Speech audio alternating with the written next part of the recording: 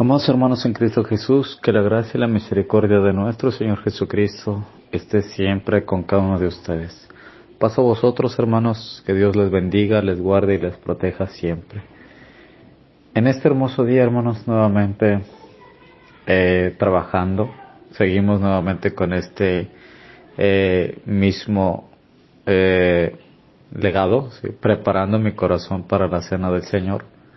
Seguimos manejando el mismo subtema, más que un carpintero, y hemos llegado ya a la última semana y nos toca hoy el tema: Cristo es el mediador de un pacto nuevo y superior.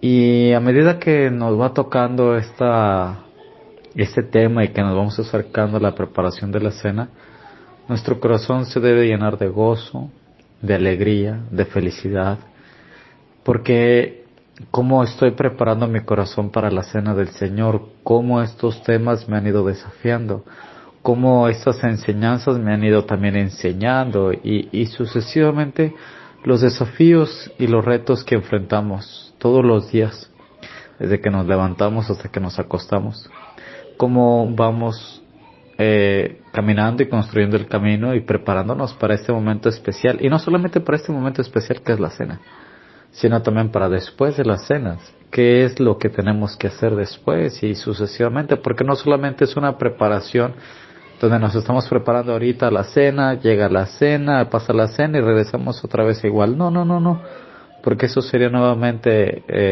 sería el camino de la hipocresía. No, estos temas también nos deben de desafiar a constantemente, no solamente ahorita la cena, vuelvo a repetir, sino después. ¿Qué va a pasar conmigo el después?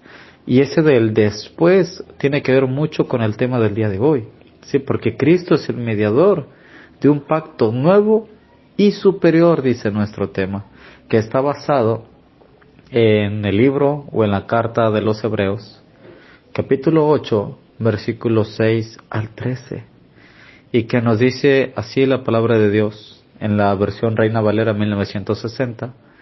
Hebreos 8, 6 al 13, si me quieren acompañar en sus Biblias, ¿sí? Y nos dice de esta manera, versículo 6, pero ahora, tanto mejor ministerio es el suyo cuando es mediador de un mejor pacto, establecido sobre mejores promesas, porque si aquel primero hubiera sido sin defecto, ciertamente no hubiera procurado lugar para el segundo. Porque reprendiéndolos dice, he aquí, vienen días, dice el Señor, en que estableceré con la casa de Israel y la casa de Judá un nuevo pacto. No como el pacto que hice con sus padres, el día que los tomé de la mano para sacarlos de la tierra de Egipto, porque ellos no permanecieron en mi pacto, y yo me desentendí de ellos, dice el Señor. Por lo cual, este es el pacto que haré con la casa de Israel. Después de aquellos días, dice el Señor, pondré mis leyes en la mente de ellos, y sobre su corazón las escribiré.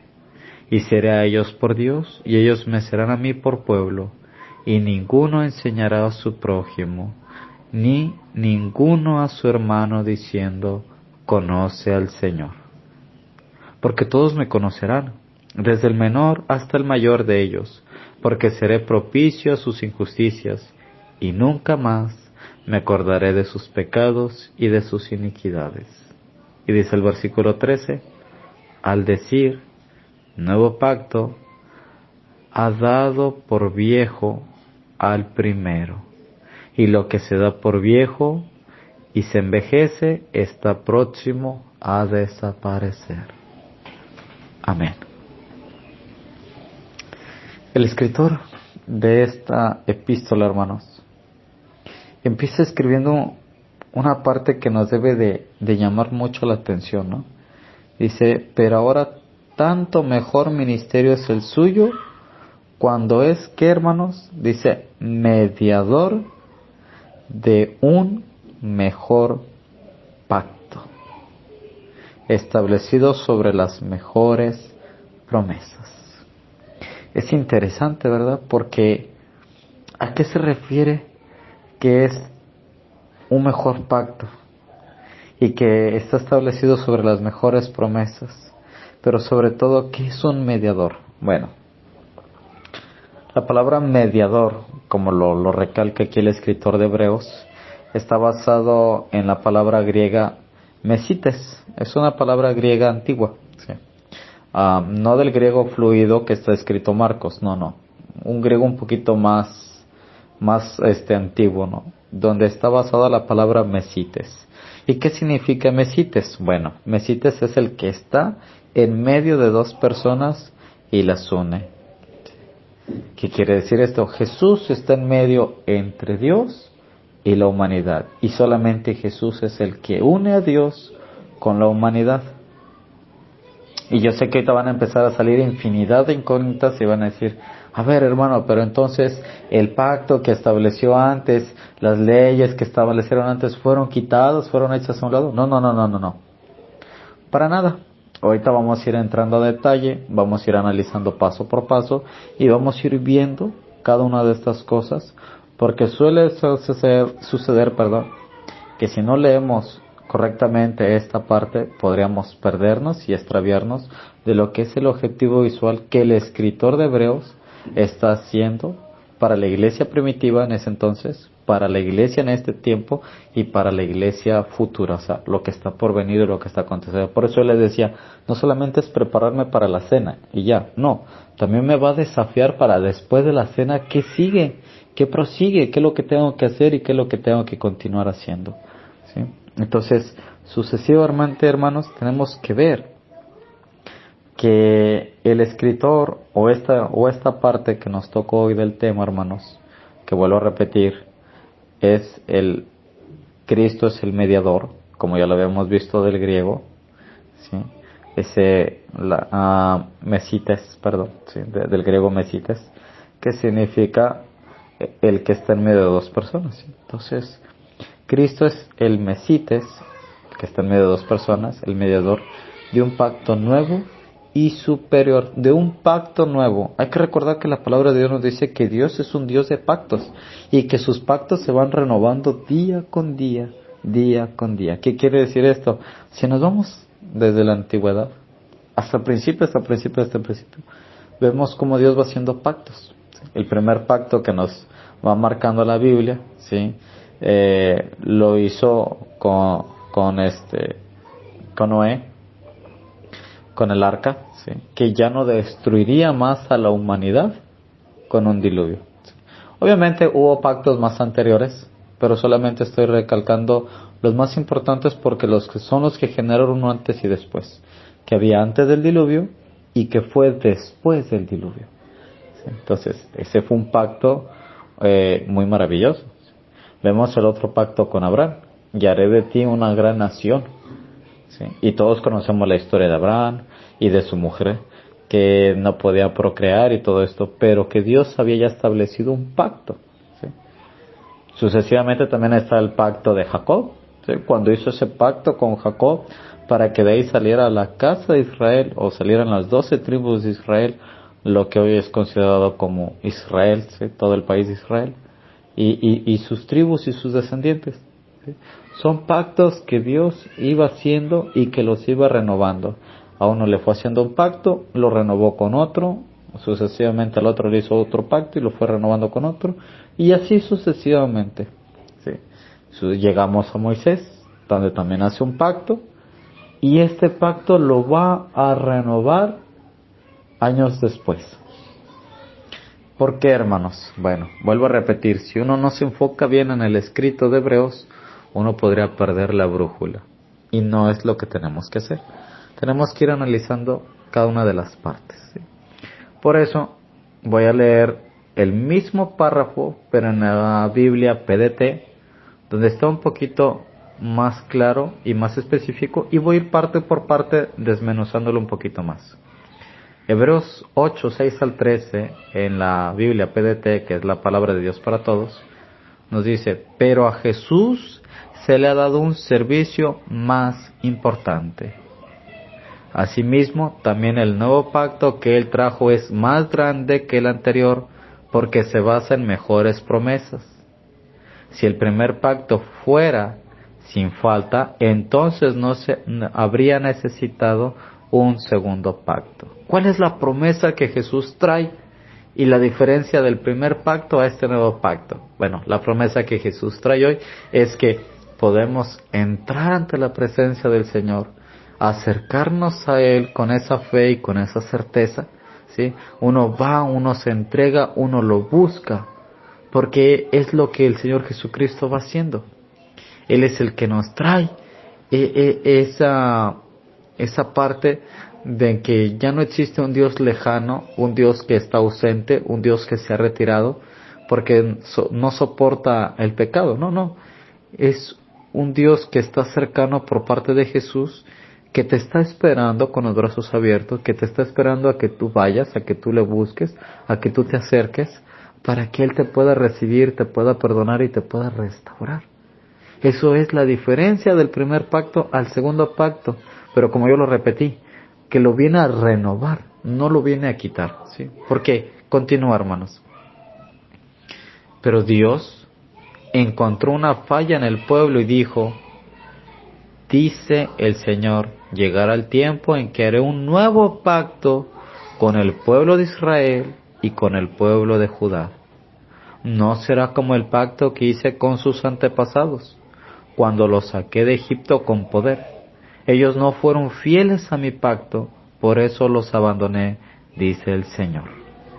¿A qué pacto fue? Bueno, si nos vamos a la historia, cuando salieron y llegaron a Canaán, y llegaron al monte Sinaí, el Señor le ordenó a Moisés que labrase unas tablas de piedra, en las cuales él con su dedo escribió la ley, que son los 10 mandamientos. ¿Sí? ¿Y para qué? Para que el pueblo los escuchara, para que el pueblo los analizara, para que el pueblo los guardara, para que el pueblo los cuidara y los llevara al pie de la letra. ¿Sí? Pero tuvo un defecto, dice el Señor. ¿Sí? ¿Cuál es el defecto que él encontró? Muy bien. ¿Sí? Dice que ellos no fueron fieles a mi pacto. O sea, ellos no fueron obedientes a lo que Él les iba diciendo. Por eso los abandoné, dice el Señor. No los abandonó y se apartó. No, porque el Señor no es así. Simplemente Él esperó el momento para ver qué tanto su maldad crecía y qué tanto es lo que ellos hacían. Es por eso que dice, a eso se refiere, los abandoné. ¿Sí? Porque si Él los hubiese abandonado, obviamente como humanidad hubiese desaparecido. Pero jamás fue eso. Simplemente dejó que ellos dejaran o siguieran ese camino para ver si alguien entendía el significado de lo que Él había escrito en las tablas de la ley. ¿Sí? Es por eso que dice, no fueron fieles a mi pacto, por eso los abandoné, dice el Señor. Pero, chequen el detalle, este es el nuevo pacto que en el futuro haré con el pueblo de Israel. O sea, lo va a volver a hacer con el pueblo de Israel, dice el Señor. Presten atención, hermanos, esta es la pieza clave. Pondré mis leyes en su mente y las escribiré en su corazón. Vemos la diferencia. A Moisés las escribió, Dios le ordenó a Moisés que labrase unas piedras y Dios las escribió en unas piedras, ¿sí? Pero ahora dice que este nuevo pacto lo va a hacer en la mente y en los corazones. ¿Qué quiere decir esto? Lo que estaba escrito en piedra, hermanos, no se vivía, no se sentía, no se abrazaba, porque estaba escrito en una piedra. Simplemente no lo siento, no lo vivo, nada más está escrito, nada más me toca leerlo y nada más me toca leerlo por leer y leer por leer y leer por leer. Es por eso que el pueblo se perdió.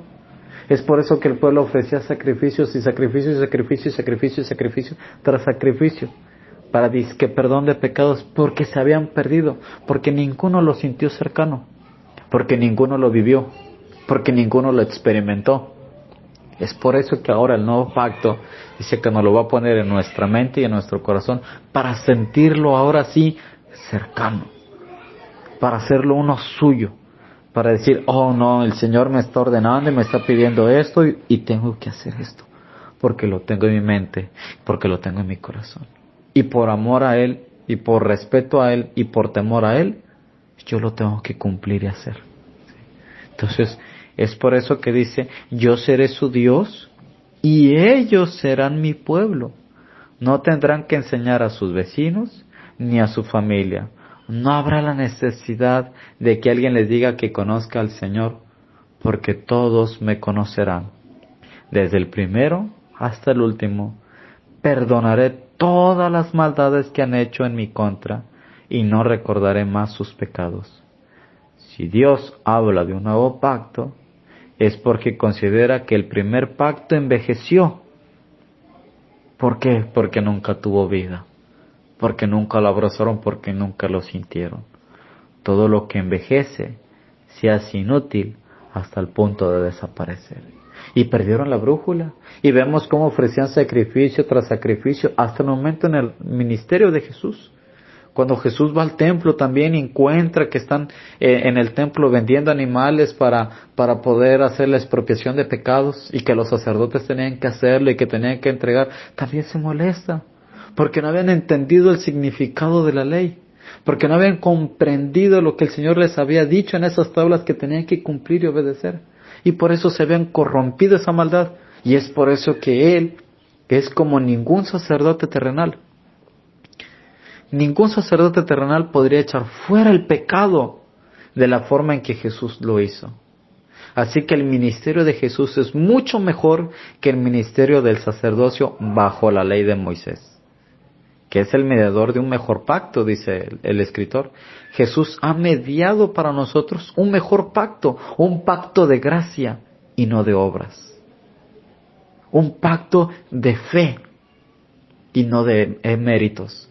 Porque eso es lo que estaban haciendo en la antigüedad. Ofrecían palomitas, ofrecían corderos, ofrecían toros. ¿Sí? Dependiendo del grado de lo que querían hacer, era lo que ofrecían. Buscaban un beneficio propio a través de ese sacrificio. No. Con Jesús nos da un mejor pacto y un mejor privilegio. ¿Sí? En Hebreos 7:22, el escritor nos lo aclara y nos lo dice de otra manera diferente. Por tanto, Jesús es hecho fiador de un mejor pacto. O sea, ¿qué quiere decir? Que Jesús es la garantía de un mejor pacto entre Dios y su pueblo. Jesús es la garantía de aquel sacrificio que se hizo una sola vez, pero que ese sacrificio iba a marcar un antes y un después. ¿Por qué? Porque los sacerdotes de antes ofrecían el sacrificio para perdón de pecados, pero ninguno de ellos ofrecía la salvación de la vida, como lo hizo Jesús. Jesús se entrega para que así el nuevo pacto sea establecido, para que así nosotros ya no ofrezcamos más sacrificios a Dios. Es un pacto marcado con creer y recibir, en que creo al Señor Jesucristo y lo recibo como mi único y Salvador, en vez de ganar y merecer. Es que yo he guardado todos los mandamientos, como lo dijo el joven cuando se le acercó a Jesús. ¿Se acuerdan de esta parábola? No he fallado en ninguno, ¿sí? Y merezco la vida eterna. No. Te falta algo más. Te falta humildad y te falta pobreza. Vende todo lo que tienes y repárteselo. Te falta amor y compasión para con tu prójimo. Solamente así podremos decir que sí te mereces la vida eterna. Y vemos que en ninguna parte más de la Biblia este joven regresó. Jamás. Porque su corazón no estaba 100% entregado a Dios. Cumplí y guardaba porque estaban escritas en una tabla, sí. Cumplí y guardaba porque fueron enseñados por sus antepasados, sí. Cumplí y guardaba porque así se le instruyó y porque así se le enseñó, sí. Pero jamás las abrazó y las sintió suyas. Jamás decidió ser movido a amor y misericordia. Jamás sintió el deseo de ayudar hacia los demás. Es por eso que el pacto que Jesús marca es un pacto de creer. Yo creo en el Señor Jesucristo. Yo creo en sus promesas. Yo creo en que Él murió y resucitó para vida eterna y para perdón de pecados. Yo creo que está sentado a la diestra del Padre. Yo creo que es el intercesor, el que todos los días está intercediendo por ti y por mí, por nuestros pecados. Yo creo en su venida, que está pronto a regresar. Yo creo en que Él es el Hijo de Dios. Yo creo, lo acepto y lo recibo como mi único y suficiente Salvador. Y ya no lo trato por ganar, es que yo lo gané porque yo lo cumplí y yo lo merezco. No, yo le creo y por tal motivo yo le sirvo y por tal motivo yo me entrego. Jesús es nuestro mediador para este mejor pacto, mediador, el que está en medio de dos personas y las une. Esto quiere decir que Jesús es la garantía de un mejor pacto entre Dios y su pueblo. Eso lo dice Hebreos 7:22. ¿Qué quiere decir? Bueno, vamos a hacer todavía un poquito más de historia. Todo esto se dirige hacia el altar de bronce. ¿Se acuerdan ese altar cuando Dios se lo dio a Moisés en la tienda, cómo tenía que hacer la tienda y cómo lo tenía que ir haciendo y todo este detalle? Ok. Bueno, entonces, porque Cristo reúne en su persona estas tres realidades. Hay tres realidades que pasan en la historia, hermanos, de la Biblia hebrea, por así decirlo, porque para no cometer tampoco indiscriminación. En la Biblia hebrea, hermanos, nos muestra la historia, ¿sí?, de cómo fueron haciendo la tienda, cómo fueron dando las medidas para el templo, cómo iban a hacer el templo y todos los detalles que iba a llevar el lugar santo, el lugar santísimo y todas las estructuras, ¿verdad? Ok. Entonces dice que Jesús reúne las tres realidades o las tres cualidades. Uno, Él es un sacerdote mejor que sirve en aquel lugar celestial. Él no necesita estarse santificando durante un año porque Él siempre ha sido santo desde principio a fin. ¿Sí? 2. Es un sacrificio mejor. Se ofreció a sí mismo. Él no necesita de que le entreguen el corazón o de que derramen sangre constantemente. Él tomó ese lugar y Él derramó su sangre. Es por eso que cuando nosotros vemos en la Escritura que dice, y la sangre de Jesucristo tiene poder para redimir nuestros pecados, y la sangre de Cristo tiene poder, se está refiriendo a eso, a que es una promesa vigente, es un cheque al portador presente, para que uno lo esté cobrando todos los días, porque Él todos los días está intercediendo, ¿sí? Entonces, Él es el sacrificio mejor porque se ofreció a sí mismo. Y número 3, y además sirve en un tabernáculo mejor que el que fue hecho en la tierra. ¿Por qué? Porque hay que recordar que todo lo que tenemos en la tierra es una imitación de lo que está en el cielo, que está por acontecer, de lo que está por bajar, de lo que está por descender. ¿Sí? Entonces, su propia sangre por su pecado y el mío es lo que ofreció, hermanos. Escuchamos bien. El Señor Jesucristo ofreció su propia sangre, su propia vida, para que hoy nuestro pecado, tanto el suyo como el mío, sean perdonados y ya no los tome más a consideración.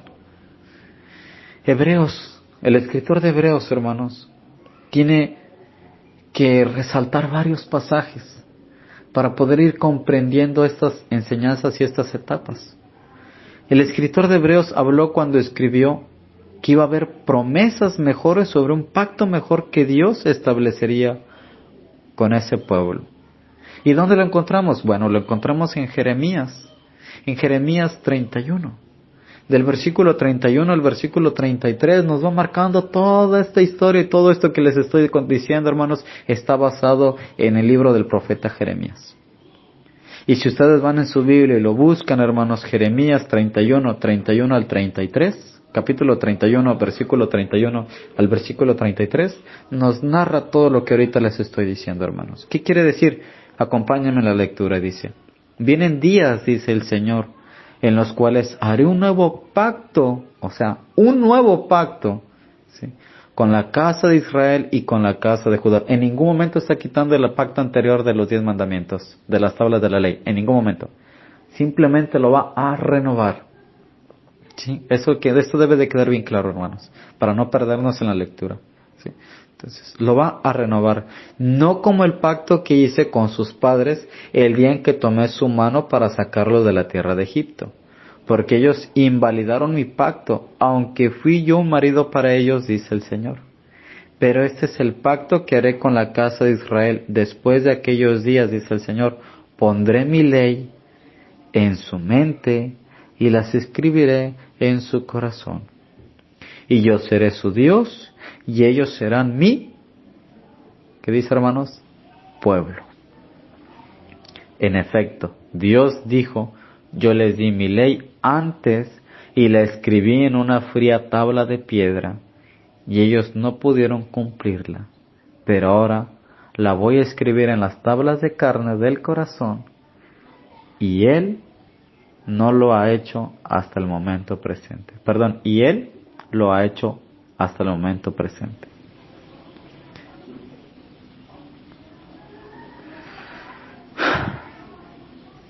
Qué hermosa enseñanza, ¿verdad? Ya no necesitamos estarlo leyendo. En los años 80 y principios de los 90, cuando la Iglesia de Dios aquí en México empezó a cobrar fuerza en el movimiento, teníamos la costumbre, en algunas iglesias aún lo tienen, de tener los 10 mandamientos plasmados en la pared, a la parte de atrás del púlpito. Y todos los sábados era leerlo constantemente, de arriba a abajo, ¿sí? ¿Por qué? Porque lo consideramos como la señal, ¿sí? Lastimosamente, esa costumbre aún sigue radical. En algunas iglesias, vuelvo a repetir, no todas, ¿sí? Entonces, pero no llegaban a entender o no han llegado a entender la magnitud de lo que está escribiendo Hebreos. Las iglesias que hoy ya no tienen esa parte y que ya no tienen esos mandamientos y que ya lo han entendido, han comprendido esta parte de que ya no las escribirá en una fría piedra, sino que las va a poner en nuestra mente y en nuestro corazón para poderlas cumplir, para poderlas llevar a cabo, para poderlas desarrollar. Versículo 34, de ahí mismo de Jeremías, hermanos, dice, y no enseñarán más ninguno a su prójimo, ni ninguno a su hermano, diciendo, conoce a Jehová, porque todos me conocerán, porque todos lo tienen escrito en su mente y en su corazón, desde el más pequeño de ellos hasta el más grande, dice Jehová, porque perdonaré la maldad de ellos y no me acordaré más de su pecado. Amén. De esto nos está hablando el escritor de la carta a los Hebreos, hermanos, del nuevo pacto, que se ha establecido basado en promesas mejores. Cristo, hermanos, es el mediador de este pacto mejor, porque contiene mejores promesas. La promesa de la vida eterna, la promesa de la redención de pecados, la promesa de la intercesión, la promesa de no dejarnos solos, la promesa de mandar un consolador, la promesa de restaurarnos, de edificarnos, de fortalecernos, de sustentarnos, de abrazarnos, de acobijarnos. Esa es la que trae la renovación del nuevo pacto. Pero sin que olvidemos, el antiguo pacto. Amar a Dios por encima de todas las cosas. Respetarlo y no tomar su nombre en vano. No hacerse imagen y semejanza de Él. Y sucesivamente los otros 7 que equivalen al prójimo. Amarlo, respetarlo, no hablar mal contra Él, no matarlo, no insultarlo, no codiciarle sus cosas, para vivir en armonía, para vivir en paz, pero sobre todo en obediencia a Dios. En ningún momento el escritor de Hebreos está quitando ese antiguo pacto. Por eso les repetí yo, hermanos, tenemos que tener cuidado cómo leemos esta parte, Porque hay muchas denominaciones que sucesivamente esto lo han quitado y dicen, es que el viejo pacto murió, porque así lo dice el último versículo, ¿verdad? El viejo pacto ha muerto. No, no, no, no. No es que haya muerto. Simplemente envejeció porque estaba escrito en una tabla de piedra y la tabla de piedra no tiene vida. Nadie lo sentía propio, por eso envejeció. Pero Él lo renovó y ahora ya no lo escribió en una tabla de piedra, lo escribió en la mente y lo escribió en el corazón. En la mente no envejece, en el corazón no se echa a perder. Porque si yo lo tengo en mi mente, estoy pensando en obedecer a Dios por medio de la ley, pero también viviendo bajo la gracia de nuestro Dios. ¿Sí? Lo voy a poner más simple, hermanos, más resumidito. Imaginemos que compramos un boleto de autobús, pero este boleto de autobús no tiene número. Entonces yo me subo y me puedo sentar en el asiento que yo quiera. Y en el asiento que yo me siente, pues obviamente ese yo lo elegí y yo me quedo ahí. Pero no lleva cinturón de seguridad. Y si pasa un accidente, el autobús no me está brindando a mí un seguro de vida. ¿Por qué? Porque simplemente es, yo lo compré, yo lo escogí, yo lo merezco y yo me siento aquí. No, no, no, no. Imaginemos ahora esa misma posición. Pero ahora compro un boleto donde me trae un número de asiento específico, donde me voy a sentar y ese asiento va a ser mi asiento durante todo el viaje, que va a contar con el cinturón de seguridad, que va a contar con calefacción, que va a contar con mi propia televisión y mi asiento se podrá convertir casi cama. Mi viaje será cómodo. Si llegáseme a pasar algo en el camino, el autobús me está dando seguro de protección contra accidentes. Esto es lo que está haciendo Jesús. Nos da un seguro de protección. Obviamente, ya con un número específico de asiento y con un cinturón y con un lugar específico. Así es la ley.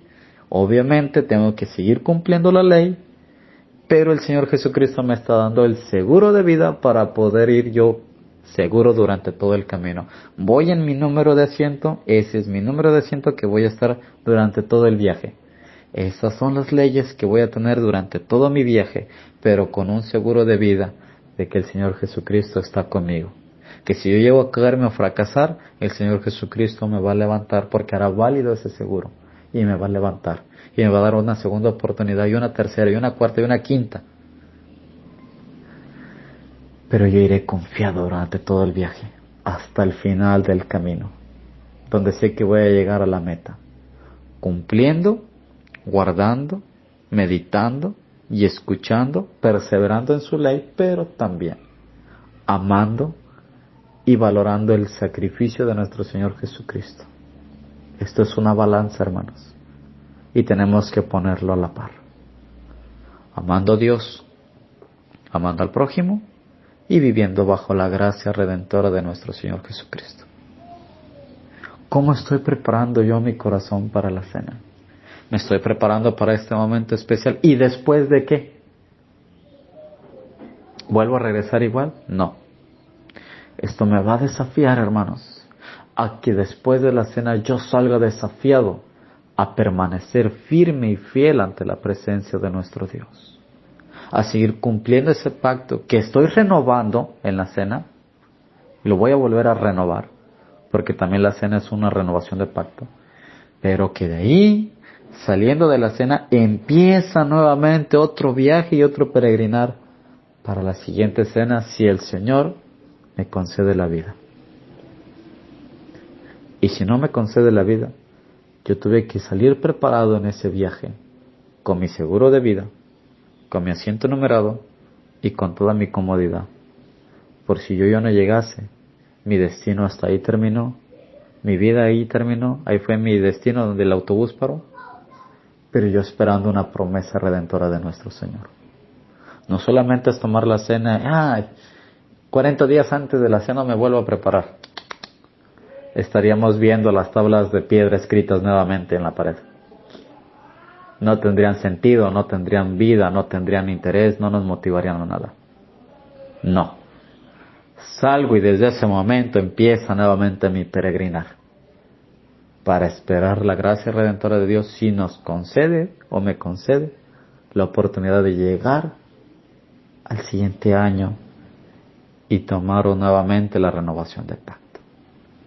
Porque el Señor Jesucristo es más que un carpintero. El Señor Jesucristo es el mediador de un pacto nuevo y superior. Amén. Que la gracia redentora de nuestro Dios, que su santo amor y su brazo firme y extendido esté con cada uno de nosotros, hermanos. Paso a vosotros, hermanos, que el Señor los bendiga grandemente y les conceda las peticiones de su corazón. Feliz y bendecida cena del Señor, mis hermanos. Dios les bendiga y un fuerte abrazo. Paso a vosotros, hermanos.